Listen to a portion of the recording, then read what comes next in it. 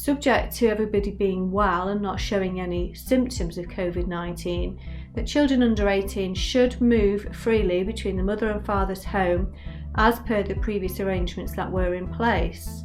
If the children's due to go to the father's home, for example, and somebody in father's home is showing COVID-19 symptoms, then clearly it's important to be sensible and to arrange in direct contact as opposed to allowing your child to go and spend time at the father's home. But there's no reason alternative arrangements can't be put in place once that parent has isolated for 14 days as per the NHS guidelines.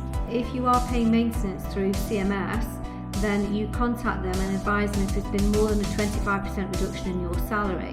If you're paying maintenance to the other parent on as a voluntary arrangement, my advice would be to let them know that your circumstances have changed and see if you can voluntarily agree a reduction in the child maintenance.